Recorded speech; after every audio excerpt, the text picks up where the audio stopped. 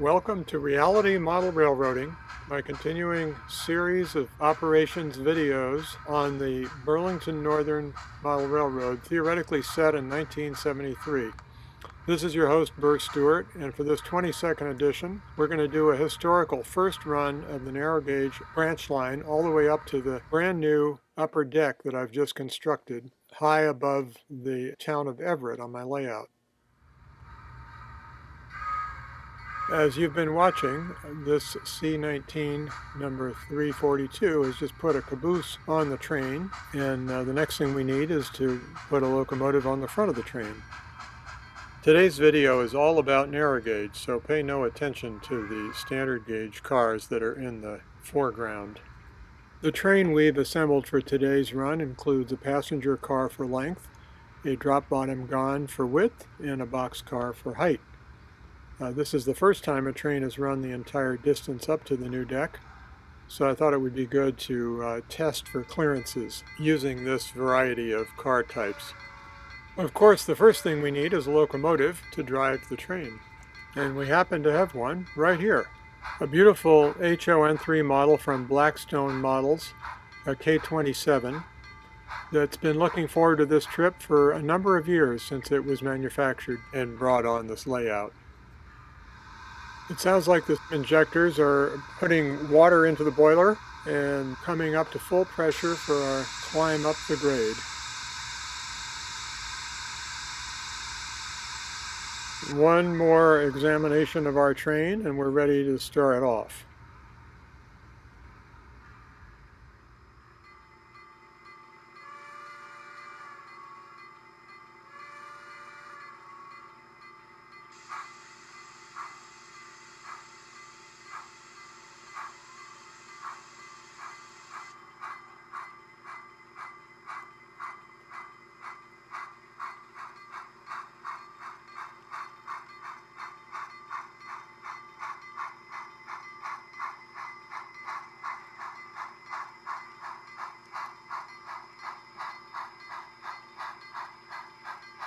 But seeing as there's a water tank there, I guess we should stop and make sure we've got a full tender.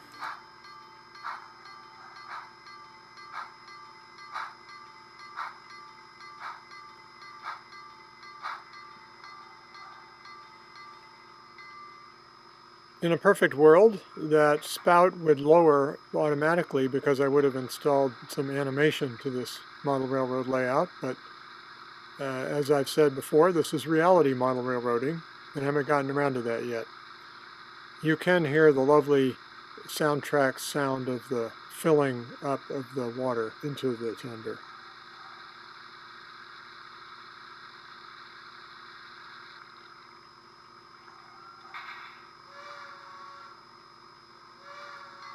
Here we go.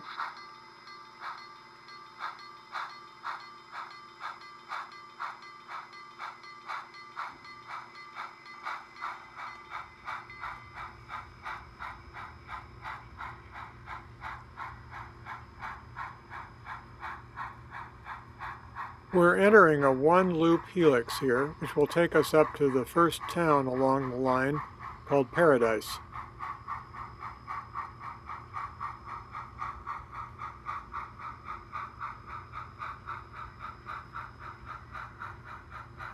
Can you see what's missing from this stock pen here? I don't know whether to call this reality model railroading or unreality model railroading.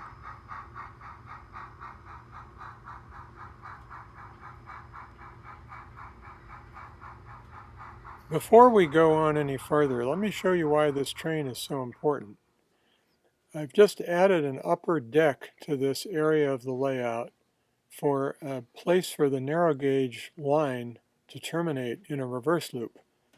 And as you can see, it's above the roundhouse area in Everett, and this involved also improving a lot of the scenery in these various helices that I have wrapped around the furnace in order to have the narrow gauge track gain elevation to get all the way up to that upper deck.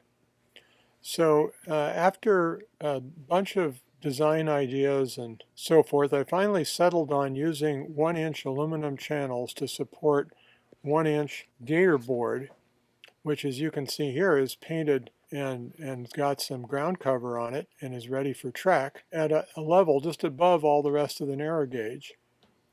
So I needed to put a bridge to it, and this was all just done in the last couple of weeks.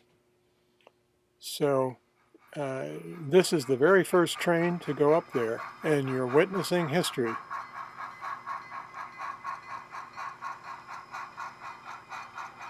One of these trains is on the correct track and the other one isn't. I'll let you decide.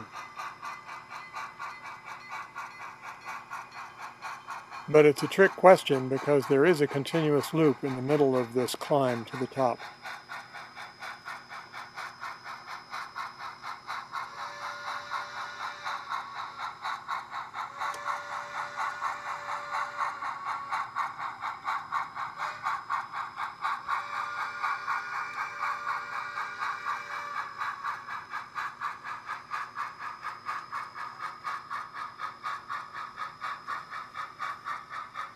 Well, it looks like we're arriving at the small town of Paradise, home of the Paradise Saloon.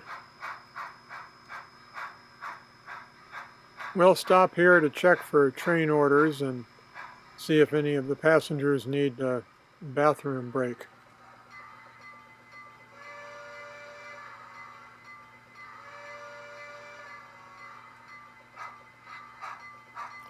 Today's Hope Local, powered by engine number 41, seems to only have one boxcar. The dispatcher told him to wait until we had passed before proceeding.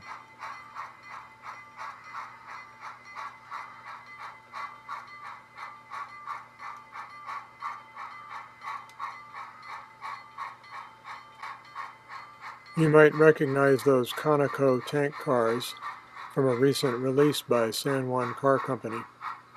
I just weathered them the other day.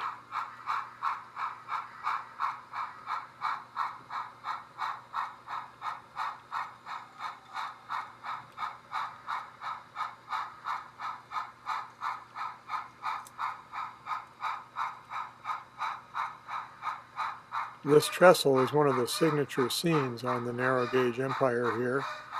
I built it over 50 years ago when I was in high school. And it was a standard gauge trestle then, but I converted it to narrow gauge for this layout.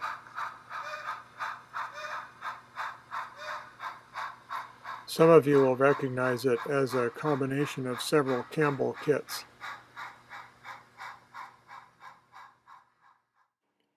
Here's what it looked like in 1968, hauling a logging line up a similarly steep grade.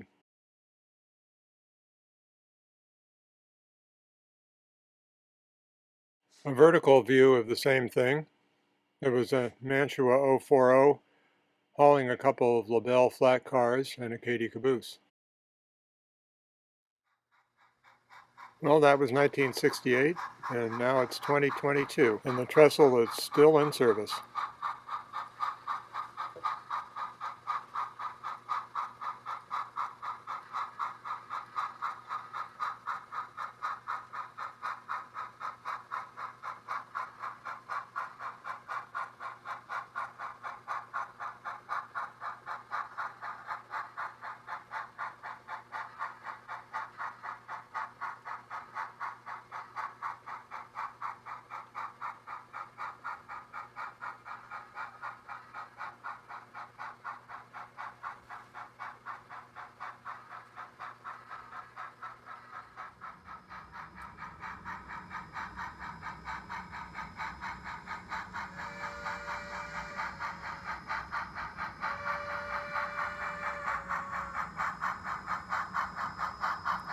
We seem to have arrived in elk country.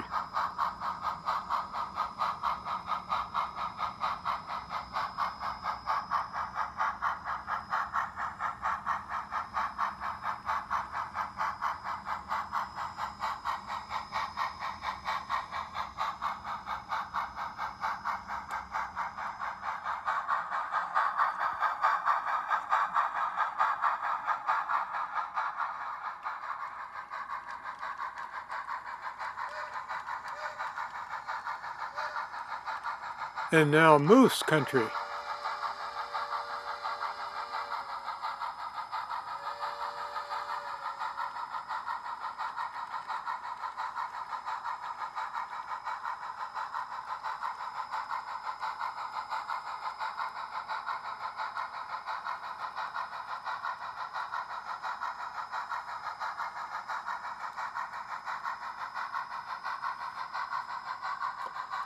And now we're arriving at the small town of Hope.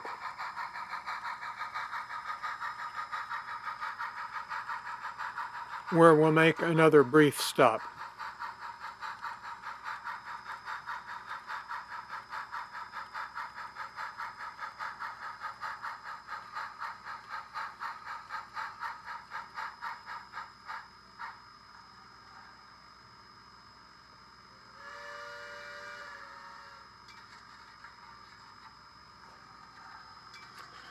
When we start again, we'll proceed up another single turn helix and come out at the tunnel portal that you can see just above the locomotive in this shot.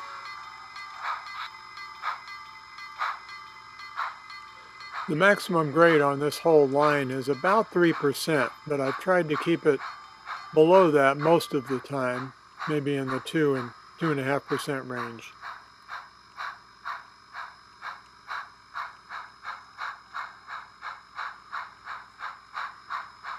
The good news is our engine seems to have an engineer, but I'm looking for a fireman and not seeing him. We're passing underneath a beautiful skewed bridge. It was built by Eric Van Nice many years ago for his HO standard gauge layout. And I've just concocted a temporary piling on the left to support the left-hand side of that bridge. And most of the layout that you're going to see from now is in the category of temporary and just built recently. That rock wall we're going by, for example, is a removable piece of foam construction.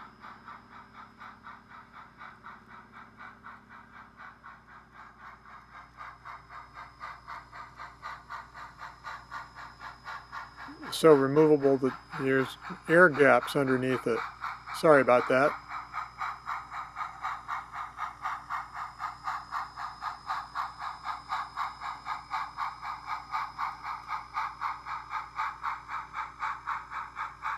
Well, we've got another water tank to fill up at here, so I guess we'll stop momentarily for that.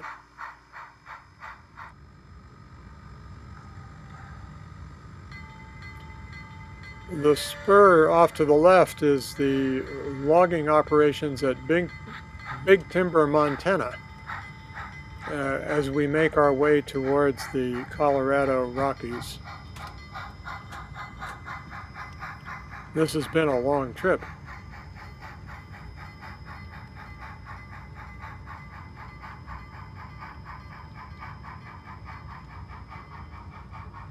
It looks like the ladder has fallen down off the water tank.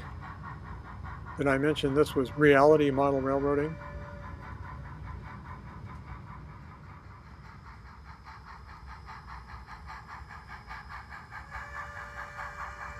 Okay, here we go. For the first time ever, a train approaches the new town on the second deck of the Burrlington Northern's narrow gauge branch. Across that skew bridge, over an unsupported piece of roadbed that needs to have a deck girder bridge on it, and onto an experimental area of 1-inch thick gator board. To me, this looks like a real estate boom. Look at all this undeveloped land waiting for scenery and structures. This is going to keep me busy for years. But for now, I'm just concentrating on stopping the locomotive before it reaches the end of track and drives off the cliff.